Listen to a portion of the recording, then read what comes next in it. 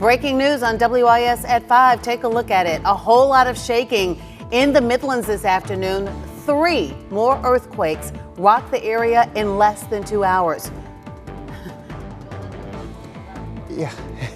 We've got some showers as well, some rain pushing over to the east currently. We're getting out of it, but we've got more chances tomorrow, and especially as we head into Friday and Saturday. We'll track it all coming up. So teachers in one school district are going to receive a pay raise for the upcoming school year. Which district just approved a new budget to help with the teacher crisis? First at 5, a man has been arrested in connection with a deadly shooting that happened outside of a Columbia nightclub. We will break down the details and the latest on that investigation. A new statewide task force survey sheds light on barriers keeping people from finding work. We break down what the results show and South Carolina's labor force participation. The South Carolina Air National Guard salutes Governor Henry Dargan McMaster. First at 5, Governor Henry McMaster has officially been sworn in for his second term in office. What history this new term could bring up next. Plus, we're tracking our next storm that could possibly bring us some rain tomorrow and a weekend cool down straight ahead. We will have those details coming up. Plus, a nationwide outage impacting flights across the country. Now flights starting to go back into the air. We're speaking with travelers at the Columbia Metropolitan Airport to see how they're dealing with the headaches of the cancellations and delays. Breaking news on WIS at 5. That vehicle you see going across the screen has been identified as a vehicle of interest in a drive-by shooting that killed a 6-year-old boy over the weekend. We will bring you up to date on the very latest that investigators have shared with us about that case. Plus, after 13 years, a mystery comes to a close in South Carolina. A suspect now being charged in connection with the disappearance of Brittany Drexel. Her family processing that somber news today. This is truly a mother's worst nightmare. I am mourning my beautiful daughter, Brittany, as I have been for 13 years. But today, it's bittersweet. What we know about the suspect and the latest in that investigation ahead. Plus, the massive shortage of baby formula continues to impact families across the country. We'll speak with a local pediatrician about what options parents have to feed their babies and keep them safe. Live from Columbia, this is WIS News 10 at 5. Live, local, now. Video presented by the prosecution appears to show Alec Murdaugh at the scene of the double murders where his wife and son were killed. Testimony argued that the timestamp on the video shows that he was there just minutes before they're believed to have been shot and killed. We are continuing our live team coverage tonight with more on what took place inside of that courtroom today in Walterboro with our Greg Adeline and Nick Neville. So Nick, let's start with you and the significance of that timestamp that Dondi just mentioned on that video that jurors saw in the courtroom today. That's right, Judy and Dondi. So this is very significant because Alec Murdaugh has said in interviews with investigators that at the time that video was taken, he was actually at the main house taking a nap.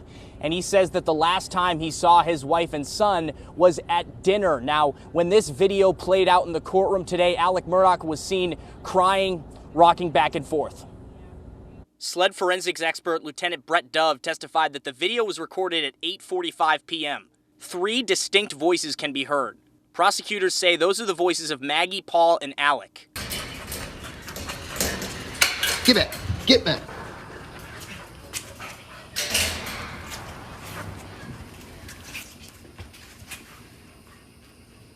Quit, Cash. Come on. Quit. It's okay. Come here. It's not bad. Come here, Cash. Shit. Come here. Post it. Cash.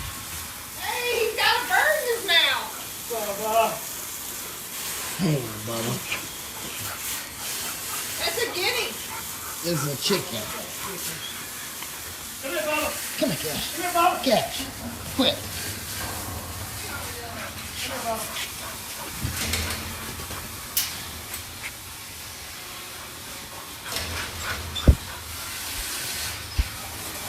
The last person Paul spoke to on the phone was Rogan Gibson, whose dog can be seen in that video. He took the stand today saying the Murdaughs were like a second family to him. When asked about that video, Rogan testified. And what voices did you hear? Paul's, Miss Maggie, Mr. Alec. And how sure are you now? Positive. 100%? That's correct. Prosecutors say the murders happened less than 5 minutes after the video was recorded. Earlier testimony from Lieutenant Dove showed Maggie and Paul both received texts at 8:49 that were never read. Dove also testified to phone activity and movement from Maggie, Paul, and Alec's phones, saying that Maggie's phone indicated 5 missed calls from Alec on the night of the murders. But those calls were missing from data pulled from Alec's phone. So at some point between when those calls were placed on the night of June 7th and when you got the phone in September, those calls disappeared off that phone, correct? Those calls are not on the phone anymore. Okay. How it happened, I don't know. Okay. Did you do anything in your investigation, in your extraction or analysis to potentially remove those calls?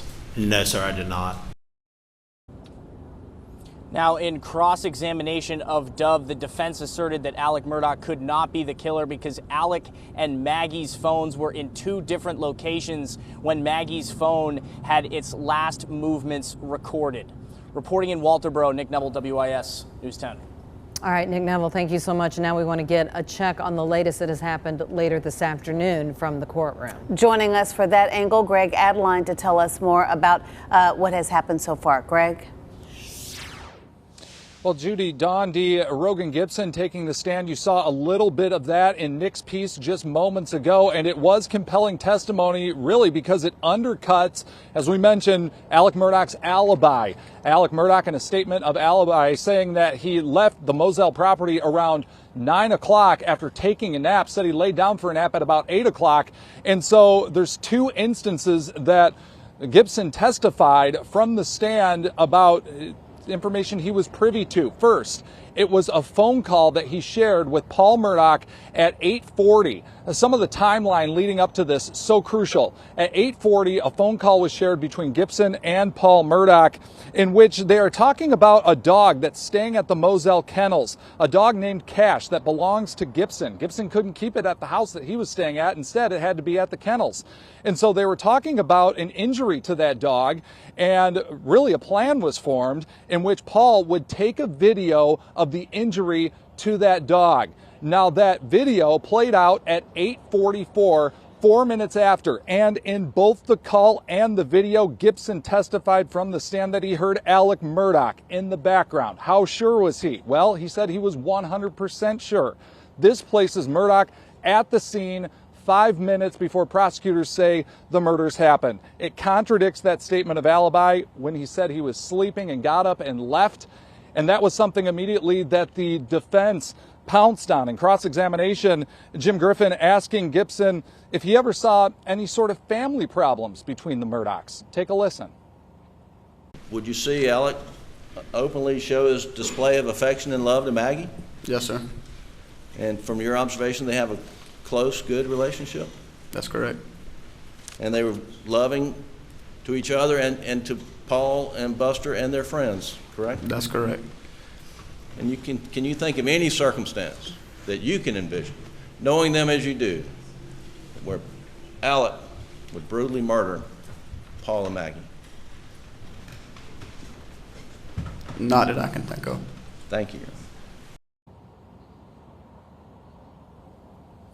One other point in that cross-examination from Jim Griffin was when he asked Gibson about some threats that Paul Murdaugh reportedly received after the 2019 boat crash involving Mallory Beach. He asked him about it. He pressed him about it. And Gibson said he didn't think that they were too serious. Pretty important little piece of information there in his testimony. But for now, we're going to send it back to you.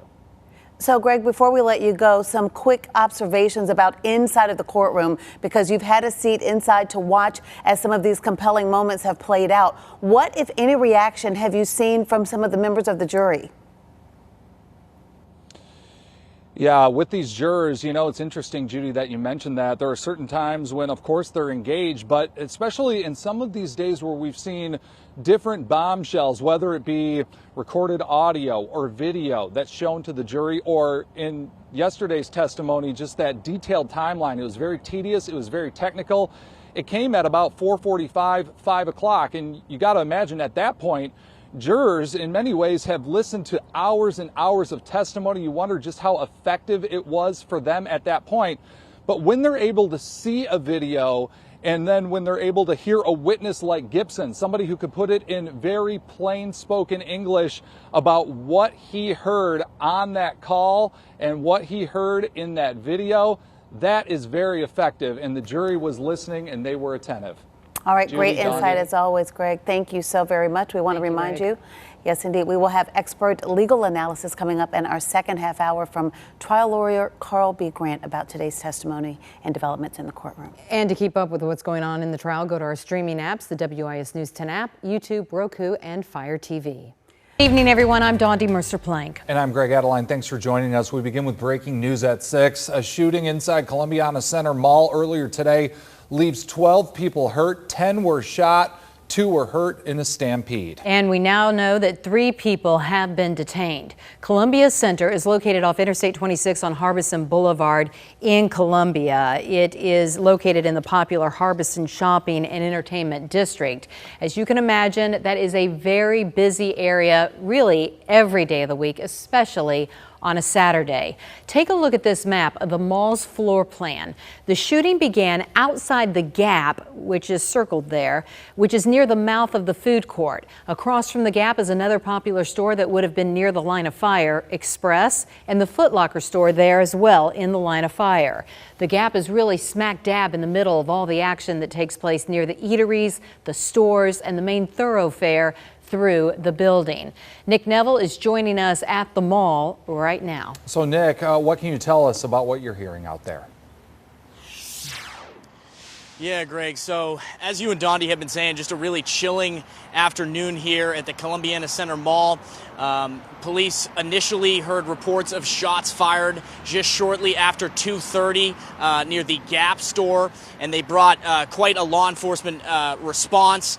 SLED was here, RCSD, LCSD responding. We begin this afternoon with breaking news in West Columbia. The police department there on the scene of the Hilton Garden Inn. That is on McSwain Drive off 378. They're responding to a barricaded person inside. They first posted an update about 2.5 hours ago on their Facebook page, but it remains unclear what led up to that person being barricaded inside of that hotel.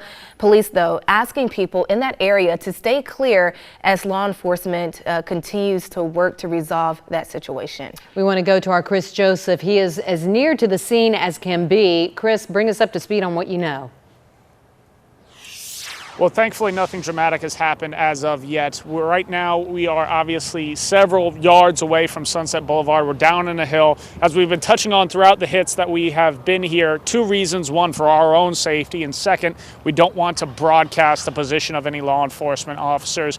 Right now, what I see is a window that appears to be shot out on the 5th floor. We're actually just told by a SLED agent that we needed to leave, perhaps move to a location that's farther away.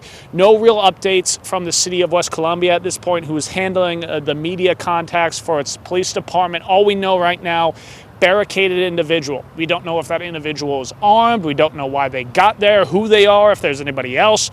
We don't know. Once we do know more information, we'll obviously report back to you. But in the meantime, there is a large law enforcement presence here. We're just off Highway 26, and they have the roads around here all blocked off. So if you think you're going to need to go by Lexington Medical Center today, maybe for the time being, plan another route. So once we know more, of course, we will let you know. But I think we got to get going. So I will send it back to you all. Joseph, thank you so much. Yeah, around Lexington Medical Center, somebody there told me that traffic is just so backed up in that area. Let's get more details on what you can expect around that 378 and McSwain area. Here's Adam Clark. Adam?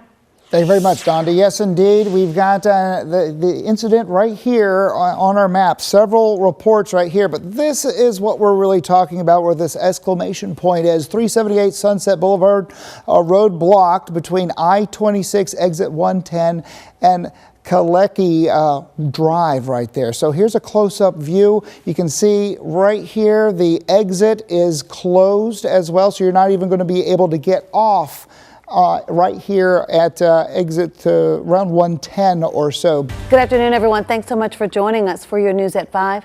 I'm Judy Gatson. Glad to have you with us. I'm Dondi Mercer-Plank, and we have two breaking news stories to cover this evening. We start in Columbia, where a shooting has left a 16-year-old boy dead and two others in the hospital. This shooting happened just after noon at Riverside Apartments on Lucius Road. Drew Ungst is live outside the apartments with what certainly is a parent's worst nightmare. What are investigators saying happened with this shooting? Drew?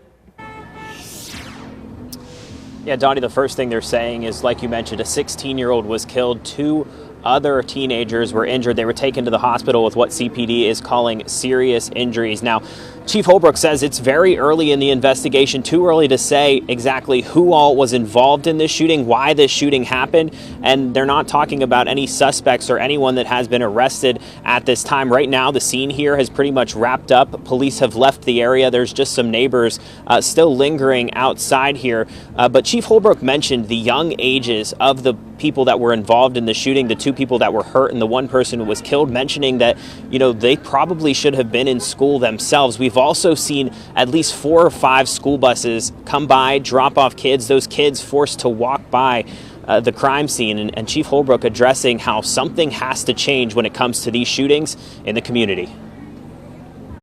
It seems like we seem to lack shock value around here, so I don't know. It's disturbing.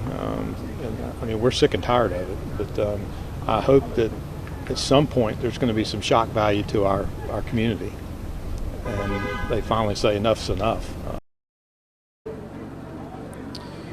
And again, so far, no updates on any arrests or any suspects in this shooting.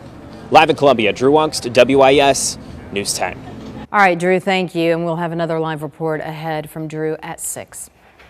Right now, SLED and West Columbia Police investigating a deadly house fire. Here's what we know so far. Just before 11:30 this morning, the West Columbia Fire Department responded to a home on Goldfinch Lane. Firefighters saw flames shooting from the carport. Our Nick Neville live at that scene for us tonight. Nick, firefighters say they found a victim in a car there. What else have you learned from officials? Yeah, Judy, so still very little known at this point about what possibly caused this fire. But as you can see behind me, we have this carport and with significant damage to the roof. And that's where the investigators found the deceased victim here inside a truck. West Columbia Fire again saying that calls came in shortly after 11:20. Reports of heavy fire coming out of that carport. The smoke also built up under the crawl space throughout the home, and the pressure knocked a bunch of bricks away from the plywood. The coroner not yet identifying the victim here. West Columbia Fire Chief Marquis Solomon says 50% of the house was damaged by the fire. A nearby home was also damaged, but the family there was not displaced. The cause of the fire and the cause of death are still under investigation. It's unclear whether that truck that you just saw was parked in the carport or crashed, starting the fire. Good evening, everyone. Thank you for joining us for this special edition of WIS News at 5. I'm Judy Gatson. And I'm Greg Adeline. Right now, family, friends, and colleagues are gathering to honor the life of KC police officer Drew Barr. Officer Barr was killed in the line of duty very early on Sunday morning while responding to a domestic violence call. Now, many who knew Officer Barr say that he was married to his career of helping and serving his community. The procession for Officer Barr, meanwhile, is leaving Batesburg-Leesville High School and will head nearly 9 miles down Highway 391 to Mount Ebal Baptist Church. That is where we are taking a look right now. As you can see, preparations underway for that ceremony. Pianist there playing some music as those who are going to be remembering Officer Barr will head in, take their seats, and remember this man who dedicated his life to service. One of the key races on today's ballot is the gubernatorial race featuring current Governor Henry McMaster and his Democratic challenger Joe Cunningham and Libertarian candidate Bruce Reeves. WIS is outside where the current governor, South Carolina, Henry McMaster, will have his watch party. Those doors open around 7 o'clock this evening. Our Greg Adeline is there. Well, good evening to you, Dondi. Yes, the governor seeking a second term. If he wins tonight, he would be the longest serving governor in South Carolina history. You'll remember back in 2017, Governor Henry McMaster took office when then Governor Nikki Haley took a position within the Trump administration. He was then voted in for his first term back in 2018. He was running against Democrat James Smith, and you'll remember in that contest, that race was called fairly early. Tonight, Republicans are optimistic that they will have a similar result. I was speaking with the chairman of the South Carolina Republican Party, Drew McKissick, just a short time ago. He says that they are very optimistic in terms of turnout. They believe that the turnout is very high, especially in rural areas here in South Carolina, where they believe they will see the numbers driven to their candidate, Governor Henry McMaster, and he expects a quick call tonight. He believes that the governor has done everything that needs to be done in order to carry his campaign to victory. And what will it take for Democrat Joe Cunningham, the former congressman in the Low Country, to win tonight? Well, he will have to put together a coalition in some of the urban areas here in Columbia, especially in Charleston as well, if he wants to pull off an upset. Polling in this race has shown the governor with a comfortable lead.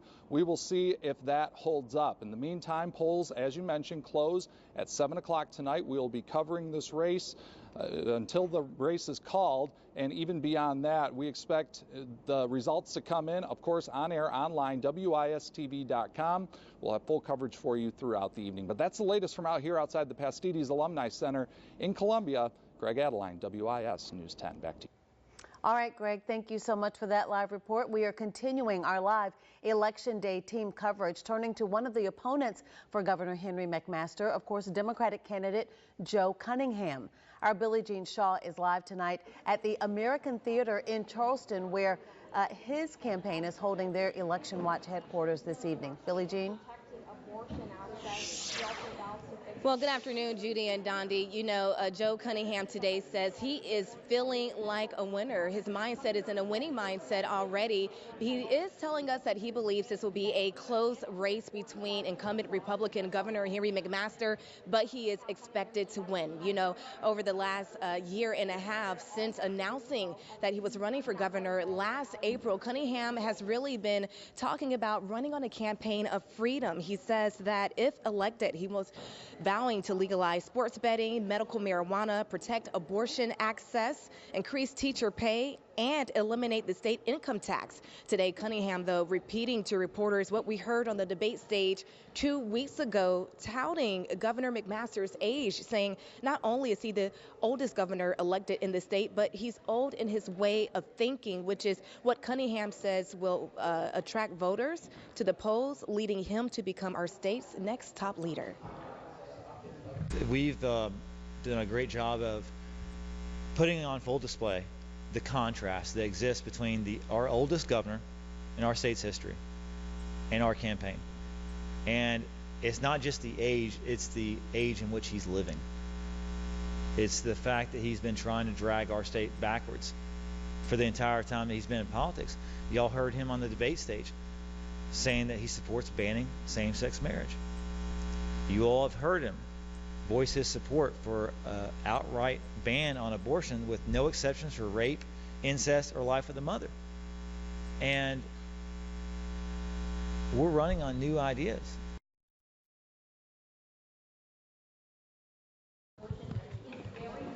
And I did ask Cunningham what he had to say to those naysayers who were saying, you don't have a chance. There hasn't been a Democratic governor elected in South Carolina since 1998 when Jim Hodges was elected. That was, you know, years ago. Well, he is saying that look back to 2018 when he flipped the first congressional district, becoming the first Democratic candidate elected in that district in 40 years. Of course, we will continue to bring you live coverage from the American Theater in downtown Charleston. But for now, Billie Jean Shaw, live in Charleston.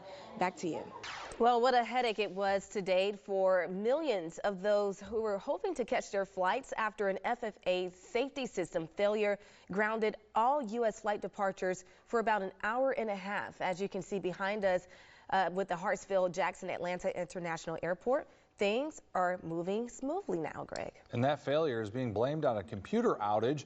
President Biden has ordered a Department of Transportation investigation into the matter. NBC's Alice Barr has the latest from Reagan National Airport in Washington, D.C. Welcome in, everyone. Thank you so much for joining us here at 4 o'clock. I'm Sam Blauweiss. And I'm Greg Adeline. Thanks so much for joining us this afternoon. All right, let's take a look at the futurecast as we talk about our weekend ahead. We are seeing so many different things here on this model.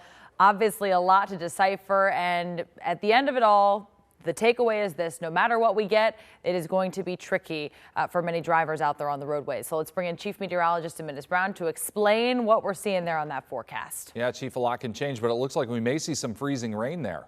Yeah, I think this is mainly going to be an event that we need to be worried about with ice, more so than snow. And so a wintry mix, yes, in the forecast here, and we'll likely have rain and even some snow flakes mixing with ice, but the potential for ice is going to be much larger late Saturday night into early Sunday morning. And a mix of rain and ice, wind and cold temps are making up our forecast this morning. That's why it's an alert day. A live look now from Greenville. Snow coming down in that area. Wow, visibility very low in Greenville this morning. Back here at home, we've just been seeing on and off rain, but we do have live team coverage up all across the Midlands, keeping an eye on those weather conditions. Now, before we get to that, let's get a check of our forecast with Chief Meteorologist Dennis Brown and Meteorologist Kevin Arnaud. And guys, what are conditions outside right now? Well, Jamal, let's talk about what we're seeing right now with this first alert day. We do have ice and rain in your forecast. A lot of heavy rain, but also some freezing rain, glaze that we're hearing about. Good afternoon, everyone. Taking a look now at our South Carolina coast. This is Pawleys Island, a barrier island known for its beaches and sand dunes. And right now, one of several places on our East Coast being pummeled by strong winds. Winds that have moved into the Midlands, taking out several trees, like this one you see on Columbia's Divine Street. Well, good afternoon, everyone. Thanks so much for being with us for WIS News 10, our special coverage of Hurricane Ian. I'm Dondi Mercer-Plank. Glad to have you with us, everyone. I'm Judy Gatson. We're going to be here throughout the duration of the storm to help keep you and your family safe. We are keeping a very close eye on Hurricane Ian. It is expected to make landfall near Charleston early this afternoon. Joining us now with the latest on the track of the hurricane system, Chief Meteorologist Adam Clark. So, Adam, what is the very latest on that track and our timeline now for landfall?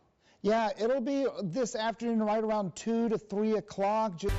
Well, USC head football coach Shane Beamer receiving a hefty pay raise following his second straight winning season. His new contract will more than double his salary. WIS Sports Director Rick Henry joins us with the latest on these developments. Rick, we are talking a lot of money. As the kids say, he secured the bag. Yes, yeah. The bag has been secured. Yes, he did. Like I said at 5, more money, more money, more money. Yes, Shane Beamer is going to have to buy a larger piggy bank. The USC Board of Trustees approves a 2-year contract extension for the Gamecocks head man with a sizable boost in salary. Good evening and thanks for joining us for your news at 5. I'm Billie Jean Shaw. And I'm Dondi Mercer-Plank. So glad to have you with us. It is officially game day, and the South Carolina Gamecocks take on the Louisville Cardinals tonight. Yeah, we're going to get right out to the action. Joining us live from Minneapolis is Judy Gatson. Judy, I just saw your Facebook video where you were dancing with the band. Where are you now? Y'all know I can't hear a thing. We are inside the hotel for the Gamecock team send-off, multitasking at its best. I got Facebook Live going. We got the cheerleaders here, and check it out. When we turn around this way, turn it around all the other way. Gamecock Nation! Oh, Greg, they are absolutely filing in. Chief was talking about the energy going north and south, Rick. The energy is all coming to the South Carolina State House right now, baby, because we are celebrating a championship! Woo! Hey, and Chief mentioned the temperatures. 82 degrees. This is wonderful. Now, Dondi will remember when we were out here for the baseball championship games. Yes, yes. Those parades were during 4th of July weekend at noon. Temperatures in the 90s, maybe up towards triple digits. But this is perfect. And look at all the people already gathering down Main Street. Yes. It's just going to be one big party. Thank you very much. Well, the University of South Carolina and Clemson both just days away now from their bowl games in the Sunshine State. Yeah, we have Sports Director Rick Henry with the Gamecocks and Julia Westerman with the Tigers. So let's start with Rick with more on how things are looking for the Gamecocks and that matchup. Rick?